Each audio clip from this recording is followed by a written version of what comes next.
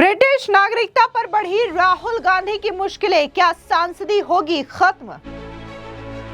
राहुल गांधी की ब्रिटिश नागरिकता पर इलाहाबाद हाईकोर्ट सख्त। इलाहाबाद हाईकोर्ट ने राहुल गांधी की नागरिकता पर गृह मंत्रालय से मांगा रिकॉर्ड। याचिकाकर्ता शिशिर का राहुल गांधी पर बड़ा खुलासा।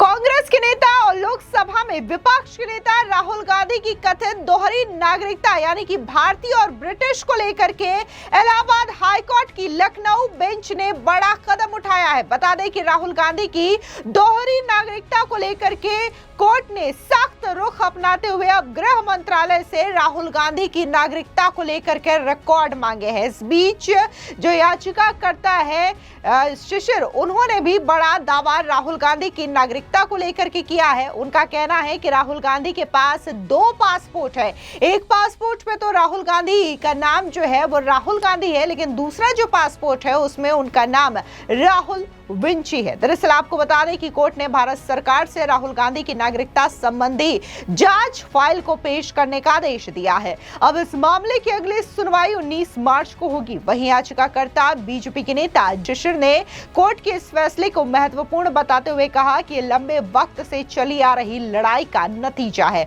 आपको बता दें कि याचिका में राहुल गांधी पर भारतीय न्याय संहिता, शासकीय गोपनीयता अधिनियम, विदेशी अधिनियम और पासपोर्ट अधिनियम के तहत कई बड़े आरोप लगाए गए हैं। अगर ये आरोप सिद्ध होते हैं और ये पाया जाता है कि राहुल गांधी के पास 2 पासपोर्ट है, 2 नागरिकता है, एक इंडियन और एक ब्रिटिश, तो ऐसे में राहुल गांधी की सांसदी भी खत्म हो सकती है। बता दें कि ये पूरा विवाद मई 2024 से शुरू हुआ, जब राहुल गांधी ने रायबरेली से लोकसभा चुनाव लड़ा और जीत हासिल की। शिशिर ने राहुल गांधी के नामांकन हलफनामे पर आपत्ति जताई। उन्होंने आरोप लगाया कि राहुल गांधी ब्रिटिश नागरिक हैं। शिशिर ने रायबरेली कोतवाली में एफआईआर दर्ज करने की मांग की, लेकिन पुलिस ने कोई कार्रवाई नहीं की। इसके बाद मामला स्थानीय अदालतों से होता हुआ हाई कोर्ट तक पहुंच गया। अब ऐसे में जिस तरीके से इलाहाबाद हाई कोर्ट ने यह बड़ा कदम उठाया है और सीधे गृह मंत्रालय से राहुल गांधी के नागरिकता को लेकर के रिकॉर्ड मांगा है, तो इसको लेकर के याचिकाकर्ता शिशिर ने मीडिया से बात करते हुए कोर्ट के फैसले पर खुशी जताई और यह बताया कि हम मई 2024 इस लड़ाई में हैं। राहुल गांधी चुनाव जीते और सांसद बने, लेकिन हमने हाईकोर्ट में याचिका दायर की है। कोर्ट ने पहले केंद्रीय गृह मंत्रालय से संपर्क करने को कहा। जुलाई 2024 में हमने गृह मंत्रालय के विदेशी नागरिक विभाग को सबूत सौंपे। उन्होंने दावा किया कि हमने भारत सरकार को राहुल गांधी की ब्रिटिश नागरिकता होने के सबूत दिए। हमने इस संबंध में ब्रिटेन नागरिक से भी संपर्क किया, तो पता चला कि साल 2022 से राहुल गांधी के ब्रिटिश नागरिकता के बारे में एक फाइल खुली हुई है। वहां पर कनाडा के रहने वाले किसी शख्स ने ब्रिटिश सरकार से शिकायत की है। उन्होंने बताया कि राहुल गांधी ने अपने ब्रिटिश कंपनी के दस्तावेज में खुद को ब्रिटिश नागरिक घोषित किया है। शिशिर के मुताबिक ब्रिटेन के नागरिकता रिकॉर्ड में राहुल गांधी का नाम दर्ज है। इसी के साथ ही उनके पास एक और नागरिकता है जिसमें उनका नाम राहुल विंची के नाम से पासपोर्ट है। याचिकाकर्ता ने दावा किया कि राहुल गांधी और राहुल विंची की जन्म तिथि 19 जून 1970 और बैंक के जो डिटेल्स हैं वो सेम है। इसी के आधार पर उन्होंने राहुल गांधी का पासपोर्ट जब्त करने और उनकी सदस्यता रद्द करने की मांग की है। याचिकाकर्ता का कहना है कि इस मामले में पहले रायबरेली पुलिस को एफआईआर दर्ज करने के लिए अर्जी दी गई थी। पुलिस जांच में सबूत दिए जाने के बावजूद मामला दर्ज नहीं हुआ, जिसके बाद इसे रायबरेली की एमपी एमएलए कोर्ट तक ले जाया गया। स्थानीय वकीलों के दबाव के कारण केस लखनऊ ट्रांसफर हुआ, जहां कोर्ट ने नागरिकता पर फैसला लेने में असमर्थता जताई। इसके बाद शिशिर ने हाई कोर्ट का रुख किया। वर्तमान सुनवाई के दौरान उत्तर प्रदेश सरकार के वकील ने कहा है कि उन्हें इस मामले में एफआईआर दर्ज करने का कोई आपत्ति नहीं है। याचिका में कैम्ब्रिज यूनिवर्सिटी के लिटरेरी कॉलेज के प्राप्त एमफिल डिग्री का भी जिक्र किया गया है। दावा किया गया है कि यह डिग्री राहुल विंची के नाम से है और राहुल गांधी ने खुद 2004 के अमेठी हलफनामे में से स्वीकार किया था। शिशिर का आरोप है कि राहुल गांधी साल में 182 दिन से ज्यादा विदेश देश में रहते हैं, जिससे वो तकनीकी रूप से एनआरआई बन गए हैं। उन्होंने सवाल उठाया कि एक विदेशी नागरिक 22 साल से भारतीय संसद में बैठकर गोपनीय जानकारी कैसे प्राप्त कर सकता है। वहीं हाईकोर्ट के इस आदेश के बाद अब गेंद केंद्र सरकार के पाले में है। 19 मार्च को होने वाली सुनवाई में अगर नागरिकता संबंधी फाइल पेश होती है तो ये राहुल गांधी के राजनीतिक करियर के लिए निर्णायक साबित हो सकती है। याचिकाकर्ता ने गृह मंत्रालय की कार्रवाई पूरी होने तक राहुल गांधी के विदेश जाने पर रोक लगाने की भी अपील की है। कानून के जानकारों का मानना है कि यदि दोहरी नागरिकता के प्रमाण मिलते हैं तो भारतीय कानून के तहत राहुल गांधी की सांसदी और नागरिकता दोनों पर भी संकट आ सकता है। आपको बता दें कि जहां विघ्नेश सिसर की ओर से राहुल गांधी के खिलाफ ये याचिका दायर की गई है, राहुल गांधी के दोहरी नागरिकता को लेकर के सवाल उठाया गया है, तो इससे पहले बीजेपी के जो नेता हैं सुब्रमण्यम स्वामी, उन्होंने भी राहुल गांधी की नागरिकता को लेकर के सवाल खड़े किए गए थे। हालांकि इस बीच सोशल मीडिया पर राहुल गांधी के कई सारे ऐसे डॉक्यूमेंट्स अक्सर तैरते हुए नजर आते हैं जिसमें यह दावा किया जाता है कि राहुल गांधी जो है वो ब्रिटेन के नागरिक रहे हैं। बाकायदा उन्होंने एज ब्रिटेन के नागरिक के तौर पर जॉब किया है, वहां पर पढ़ाई की है और अब वो भारत के नागरिक बन चुके हैं। इन तमाम चीजों को लेकर के राहुल गांधी के बारे में कई बार प्रश्न खड़े हुए हैं। इस बीच राहुल गांधी ने एआई समिट में यूथ कांग्रेस के अर्धनग्न प्रदर्शन को लेकर के भी बड़ा बयान दिया, जिसके बाद बीजेपी ने राहुल गांधी को घेरना शुरू कर दिया है। ऐसे में क्या कुछ बीजेपी के नेता संबित पात्रा ने कहा राहुल गांधी को गद्दार बताते हुए, सुनिए उनका ये बयान।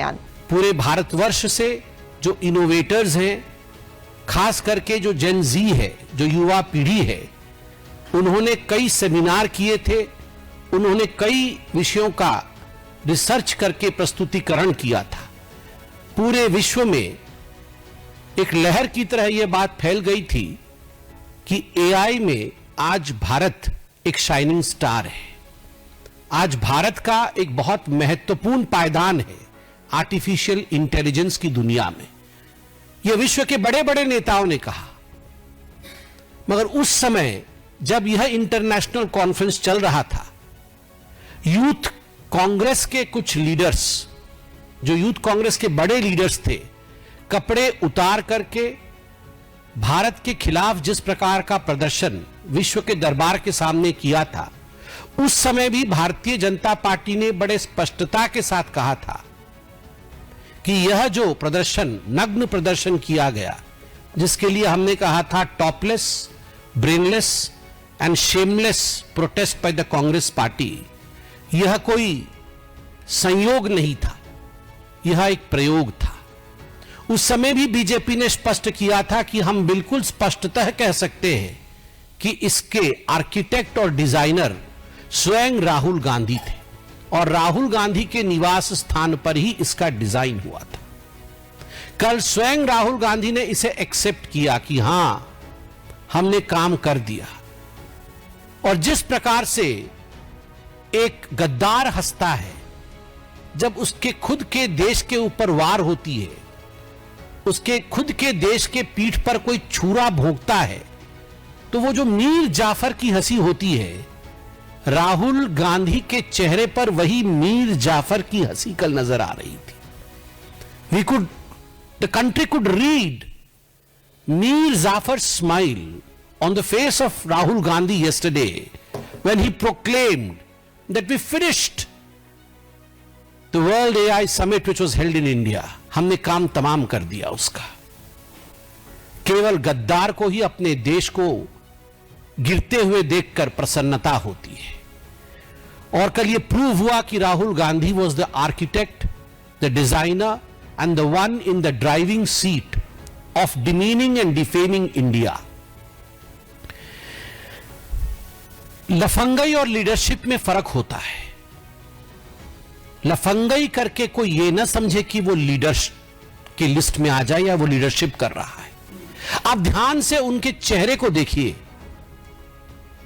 ध्यान से उनके वक्तव्य को सुनिए। जिस प्रकार से उन्होंने वो प्रस्तुतिकरण किया है, जो भाषण रखा है, मुझे तो बड़ा आश्चर्य लग रहा है कि स्कूल के बच्चों की जो लड़ाई होती है, उस प्रकार की एक देश के विरोध में प्रदर्शन करने का प्रस्तुतिकरण राहुल गांधी ने किया है। और यह पहली बार नहीं है, और यह केवल राहुल गांधी के घर में डिजाइन नहीं हुआ है, यह सोरोस की गैरेज से निकल करके राहुल गांधी के घर तक आया है। यही वो राहुल गांधी है जो विदेशों में जाकर कहते हैं कि भारत की डेमोक्रेसी खतरे में है, यह यूनाइटेड स्टेट्स और यूरोप की कंट्री क्या कर रही है, वो भारत को सबक क्यों नहीं सिखा रही है। यही वो राहुल गांधी है जो भारत सरकार को मुस्लिम ब्रदरहुड के साथ कंपेयर करते हैं। यही वो राहुल गांधी है जो कहते हैं कि आदिवासी, दलित और मुस्लिम जो हिंदुस्तान के हैं उनकी हालत आज सीरिया जैसी हो गई है। हो सकता है ये आदिवासी, दलित और मुस्लिम मिलकर आईएस जैसा संगठन बना ले भारतवर्ष में। यही वो राहुल गांधी है। ये सब वेल थॉट आउट प्लान है, ये एक डिजाइन है देश को नीचा दिखाने का। मगर राहुल गांधी जी, आप लाख प्रयास कर ले देश को नीचे दिखाने का, यह देश झुकने वाला नहीं है, यह देश आगे ही बढ़ेगा। मुझे बड़े दुख के साथ कहना पड़ रहा है, न लिहाज है न तमीज है, मगर अपने आप को एलओपी कहते हैं। मैं कल देख रहा था, ये ट्रैक सूट पहनकर पार्लियामेंट जाते हैं और जिस प्रकार भाषण दे के कहते हैं कि काम कर दिया मैंने एआई समिट का, देश का नाम बदनाम कर दिया, और मुस्कुराते हैं। He should be reminded of the fact that he does not deserve to be the LOP of India. Thank you, friends. If you have any other question, please go ahead. Sir, अगर हम बात करें जिस तरह से पश्चिम बंगाल की बात करें, जिस तरह से ममता बनर्जी का बयान आया है, उन्होंने साफ तौर पे कहा कि अगर वो नहीं आएगी तो हिंदुओं के लिए यह खतरा है। किस तरह से देखते हैं? देखिए, ममता बनर्जी जी की जो क्लिप आज हम मीडिया में देख रहे हैं, सोशल मीडिया में भी चल रहा है, वो बहुत ही निंदनीय है, चिंताजनक है और धमकियों से भरा हुआ है। ममता बनर्जी जी का कहना कि मैं सरकार में हूं, हमारी सरकार है तो आप सुरक्षित है, अगर मैं हट जाऊं एक सेकंड के लिए तो एक कम्युनिटी आपको घेर करके सेकंडों में समाप्त कर देगी। आप सोचिए ममता बनर्जी क्या कहना चाहती है। मतलब वो स्वीकार कर रही है कि तुष्टीकरण के उस लेवल तक उन्होंने एक कम्युनिटी को पहुंचाया है। वो स्वीकार कर रही है कि हिंसा इस कदर बंगाल में हो रहा है कि एक मिनट में, एक सेकंड में एक पूरी की पूरी कम्युनिटी साफ की जा सकती है, उनको मारा जा सकता है, उनको बंगाल के पृष्ठभूमि से हटाया जा सकता है।